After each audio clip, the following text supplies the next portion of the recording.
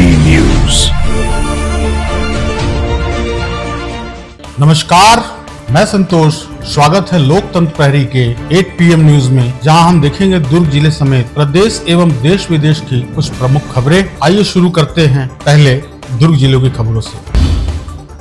दुर्ग नगर निगम की बजट सामान्य सभा की बैठक मंगलवार को मोतीलाल बोरा सभागार में आयोजित की गई। बैठक में शुरुआत से ही माहौल गर्म नजर आया। पार्षदों ने अपने अपने वार्डों में ठप पड़ी मूलभूत सुविधाओं और विकास कार्यों को लेकर जमकर सवाल उठाए हैं, लेकिन जब अधिकारियों और प्रभारियों की ओर से स्पष्ट जवाब नहीं मिला तो पार्षदों का गुस्सा फूट पड़ा। बस इतनी बढ़ गई कि सदन में व्यक्तिगत आरोप प्रत्यारोपों और पुराने विवाद भी सामने आने लगे। इसी दौरान अवैध अफीम की खेती का मुद्दा भी सदन में गूंजा, जहां पार्षद अजीत वैद्य और काशीराम कोसरे के बीच तीखी बहस देखने को मिली। चौंकाने वाली बात यह रही कि भाजपा पार्षदों ने ही अपनी पार्टी के MIC और PWD प्रभारी देव नारायण चंद्राकर को कटघरे में खड़ा कर दिया। स्थिति बिगड़ती देख सभापति श्याम शर्मा को हस्तक्षेप करना पड़ा। उन्होंने अधिकारियों को जवाबदेही तय करने के निर्देश दिए। अब सवाल यह है कि इन हंगामों के बीच पास हुआ बजट क्या दुर्ग की जनता को राहत दे पाएगा या फिर समस्याएं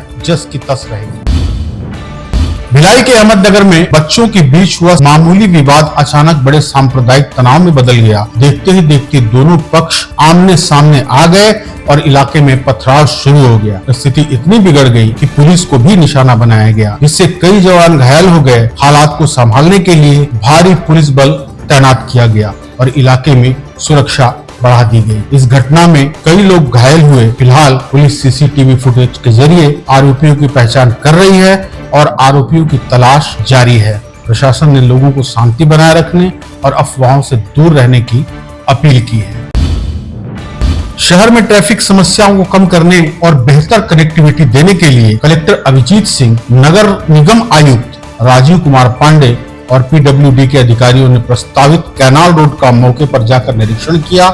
यह सड़क अवंतीबाई चौक से लेकर पावर हाउस स्थित शीतला कॉम्प्लेक्स तक बनाई जाएगी। PWD द्वारा सड़क निर्माण की मार्किंग का कार्य पहले ही पूरा किया जा चुका है और अब निर्माण में बाधा बन रहे अवैध अतिक्रमणों को भी चिन्हित कर लिया गया है। प्रशासन ने साफ कर दिया है कि जल्द ही अतिक्रमण हटाने की कार्रवाई शुरू की जाएगी ताकि निर्माण कार्य बिना रुकावट के आगे बढ़ सके। कलेक्टर ने अधिकारियों को निर्देश दिए कि निर्माण कार्य गुणवत्ता और समय सीमा का विशेष ध्यान रखा जाए। दुर्ग जिले में ग्रामीण कृषि विस्तार अधिकारी एकता साहू के निलंबन को लेकर एक विवाद गहराता जा रहा है। कृषि स्नातक शासकीय कृषि अधिकारी संघ ने इस कार्रवाई को पूरी तरह से अनुचित बताते हुए इसे तत्काल वापस लेने की मांग की है। संघ का आरोप है कि विभाग ने न तो सही प्रशिक्षण दिया और न ही आवश्यक संसाधन उपलब्ध करवाए, जिसके कारण काम में कई बाधाएं आई। किसानों के हित में किए गए कार्यों को नजरअंदाज कर निलंबन जैसी कार्यवाही को अन्यायपूर्ण बताया जा रहा है। अगर 22 मार्च तक निलंबन वापस नहीं लिया गया तो 23 मार्च से प्रदेश भर में चरणबद्ध आंदोलन, सामूहिक अवकाश और कार्य बहिष्कार की चेतावनी दी गई है। अब देखना होगा कि प्रशासन इस मामले में क्या कदम उठा रहा है। निगम आयुक्त के निर्देशानुसार भिलाई नगर निगम के जोन 2 अंतर्गत वैशाली नगर क्षेत्र में मुख्य नहर की सफाई का कार्य तेजी से जारी है। यह सफाई अभियान नालंदा विश्वविद्यालय से लेकर ACC चौक तक चलाया जा रहा है, जहां नहर में जमा कचरे और मलबे को मैनुअल तरीके से हटाया जा रहा है। निगम आयुक्त राजीव कुमार पांडे के अनुसार इस सफाई से नहर में पानी का प्रवाह सुचारू होगा और क्षेत्र के तालाबों को जीवनदान मिलेगा। गर्मी के मौसम में तालाबों में पानी की आपूर्ति बेहतर होगी और भूजल स्तर में भी सुधार देखने को मिलेगा। नगर निगम ने नागरिकों से अपील की है कि नहर में कचरा न फेंके ताकि इस सफाई अभियान का लाभ लंबे समय तक बना रहे।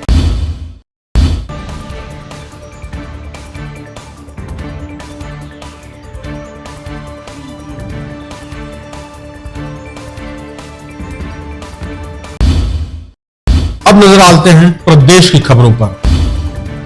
विधानसभा परिसर में आयोजित स्वास्थ्य शिविर का शुभारंभ मुख्यमंत्री श्री विष्णुदेव साय ने किया। 3 दिवसीय इस शिविर में कई वरिष्ठ अधिकारियों और जनप्रतिनिधि शामिल हुए। मुख्यमंत्री ने खुद हेल्थ चेकअप कराकर जनता को बड़ा संदेश दिया कि समय समय पर जांच कराना बेहद जरूरी है। उन्होंने कहा कि भाग दौड़ भरी जिंदगी और कम होती शारीरिक गतिविधियों के कारण बीमारियां तेजी से बढ़ रही हैं। समय रहते जांच कराने से गंभीर बीमारियों से बचाव संभव है। मुख्यमंत्री ने यह भी कहा कि स्वास्थ्य नागरिक ही मजबूत समाज और समृद्ध राज्य की नींव होते हैं।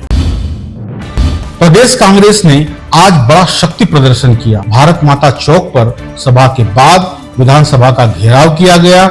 सभा में नेताओं ने मनरेगा फंड में कटौती, गैस सिलेंडर की बढ़ती कीमतों, किसानों की समस्याओं और बेरोजगारी को लेकर केंद्र और राज्य सरकार पर गंभीर आरोप लगाए हैं। नेताओं का कहना है कि गरीबों के अधिकार छीनने का काम हो रहा है। आरोप लगे हैं कि मनरेगा को कमजोर किया जा रहा है, गैस सिलेंडर महंगे हो गए हैं और किसानों को उनका हक नहीं मिल रहा। सचिन पायलट, भूपेश बघेल और चरणदास महंत ने सरकार की नीतियों पर सवाल उठाए। वहीं सरकार की तरफ से अभी तक इन आरोपों पर कोई बड़ा जवाब सामने नहीं आया है। आने वाले चुनाव को देखते हुए यह घेराव सियासी माहौल को गरमा सकता है। राजधानी रायपुर में देर रात आई तेज आंधी तूफान और बारिश से यहां आम जनजीवन को पूरी तरह प्रभावित किया। वहीं नवा रायपुर के तूता स्थित धरना स्थल पर बैठे डीएलएड विद्यार्थियों का हौसला बिल्कुल भी नहीं डिगा। तेज हवाओं और मूसलाधार बारिश के बीच जहां टेंट फट गए, सामान उड़ गए, वहीं अभ्यर्थी पूरी रात भीगते हुए अपनी मांगों को लेकर डटे रहे। करीब 85 दिनों से आमरण अनशन कर रहे थे अभ्यर्थी अब आर्थिक और शारीरिक दोनों संकट झेल रहे हैं। इन आपदा में 2.5 से 3 लाख रुपए का नुकसान हुआ है। अब अभ्यर्थियों ने साफ कहा है कि अगर उनकी मांगे नहीं मानी गई तो वे जल्द ही उग्र आंदोलन करेंगे। महासमुंद पुलिस को मुखबिर से सूचना मिली कि उड़ीसा से रायपुर की ओर भारी मात्रा में कैश ले जाया जा रहा है। सूचना के आधार पर टेमरी नाका पर नाकाबंदी की गई। चेकिंग के दौरान एक सफेद कार को रोका गया, जिसमें 2 युवक महाप्रज्ञ जैन और राजेंद्र महानंद सवार थे। तलाशी लेने पर कार की सीट से एक नीला बैग मिला, जिसमें 75 लाख नगद बरामद हुए। आरोपी कई वैध दस्तावेज नहीं दिखा पाए। पुलिस ने कैश, कार और मोबाइल समेत 85 लाख से ज्यादा की संपत्ति जब्त की है। अब आयकर विभाग इस पूरे मामले की जांच करेगा।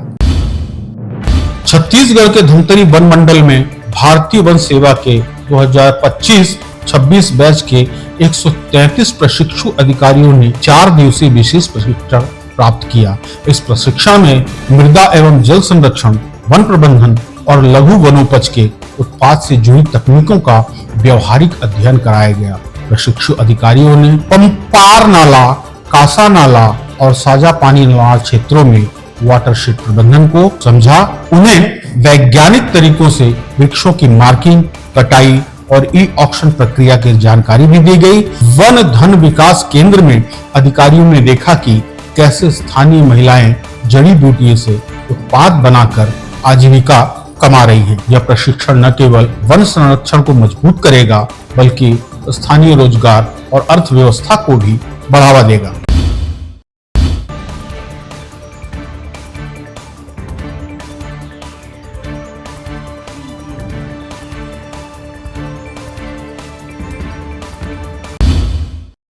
अब नजर डालते हैं देश विदेश की खबरों पर। सरायकेला जिले के गम्हरिया स्थित रामचंद्रपुर मैदान में आयोजित कृष्टि दीपा महोत्सव इस बार अखंड कोल्हान महोत्सव के रूप में मनाया गया। इस आयोजन में झारखंड और पश्चिम बंगाल से हजारों श्रद्धालु पहुंचे, जिसे पूरा क्षेत्र भक्ति में डूब गया। महोत्सव के दौरान ठाकुर अनुकूल चंद्र के अनुयायियों ने भारी भीड़ देखने को मिली।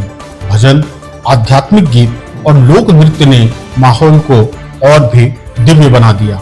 इस मौके पर पूर्व मुख्यमंत्री अर्जुन मुंडा अपनी पत्नी के साथ पहुंचे। उन्होंने गुरु के चरणों को नमन कर प्रदेश की सुख समृद्धि की कामना की। अर्जुन मुंडा ने कहा कि यह महोत्सव मानव जीवन के उत्थान, शांति और सुख का संदेश देता है। हालांकि कार्यक्रम को गैर राजनीतिक बताया गया, लेकिन पश्चिम बंगाल से आए श्रद्धालुओं की बड़ी संख्या ने राजनीतिक चर्चाओं को भी जन्म दे दिया। देर शाम तक चली इस प्रार्थना सभा में श्रद्धालुओं ने विश्व शांति के लिए सामूहिक प्रार्थना की। वाराणसी की पवित्र गंगा नदी में नाव पर इफ्तार पार्टी का वीडियो वायरल होने के बाद बड़ा विवाद खड़ा हो गया। सोशल मीडिया पर वायरल वीडियो में कुछ लोग नाव पर इफ्तार करते और मांसाहार खाते दिखाई दे रहे हैं। आरोप है कि खाने के अवशेष गंगा में फेंके गए, जिससे धार्मिक भावनाएं आहत हुई और पर्यावरण को नुकसान पहुंचा। पुलिस ने मामले को गंभीरता से लेते हुए 14 आरोपियों को गिरफ्तार किया है और धार्मिक भावनाओं को आहत करने के साथ साथ जल प्रदूषण के तहत केस दर्ज किया है। अब नाव मालिक और चालक पर भी कार्रवाई की तैयारी की जा रही है। पश्चिम बंगाल की मुख्यमंत्री ममता बनर्जी ने विधानसभा चुनाव के लिए 294 में से 291 सीटों पर उम्मीदवारों की घोषणा कर दी है। 3 पहाड़ी सीटें अनित थापा की पार्टी बीजेपीएम को दी गई है। ममता बनर्जी खुद भवानीपुर सीट से चुनाव लड़ेंगी, जबकि कई बड़े नेताओं और नए चेहरों को भी मौका दिया गया है। ममता ने बीजेपी पर तीखा हमला करते हुए कहा कि इस बार बीजेपी को कोई मौका नहीं मिलेगा। उन्होंने प्रधानमंत्री नरेंद्र मोदी पर भी सवाल उठाया और कहा कि अगर लोकतंत्र में विश्वास है तो बंगाल पर बार बार हमला क्यों। ममता ने जनता से बीजेपी का बहिष्कार करने और तृणमूल कांग्रेस को वोट देने की अपील की। उन्होंने कहा कि यह चुनाव केवल सत्ता का नहीं बल्कि बंगाल की संस्कृति, पहचान और लोकतंत्र की रक्षा का है। यह लिस्ट ममता की मजबूत रणनीति को दर्शाता है, जिससे हर क्षेत्र को ध्यान में रखते हुए उम्मीदवारों का चयन किया गया। अमेरिका के राष्ट्रपति डोनाल्ड ट्रंप ने ईरान को लेकर बड़ा बयान दिया। उन्होंने कहा कि मौजूदा टकराव जल्दी खत्म हो सकता है और दुनिया पहले से ज्यादा सुरक्षित बनेगी। पत्रकारों से बात करते हुए ट्रंप ने साफ कहा कि यह लड़ाई ज्यादा लंबी नहीं चलेगी। उन्होंने चेतावनी देते हुए कहा कि अगर खतरे को नजरअंदाज किया गया तो परमाणु हमले जैसी स्थिति बन सकती है। इसी बीच ट्रंप ने चीन के राष्ट्रपति शी जिनपिंग से अपनी प्रस्तावित मुलाकात भी टालने का संकेत दिया है। उन्होंने कहा कि मौजूदा हालात में अमेरिका में रहना ज्यादा जरूरी है। ट्रंप ने चीन से अपील की है कि स्ट्रेट ऑफ हॉर्मुज को दोबारा खोलने में मदद करे, क्योंकि यह वैश्विक तेल सप्लाई के लिए बेहद अहम है।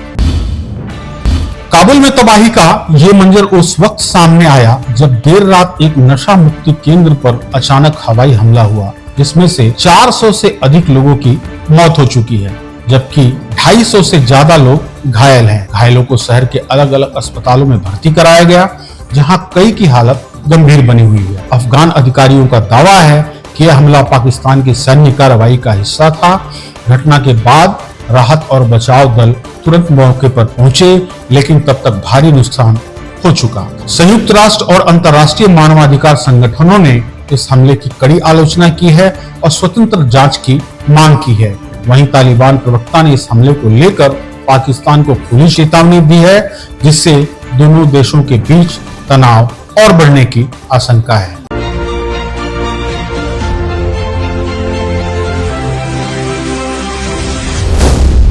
LP News. This program is sponsored by SR Hospital and Research Center.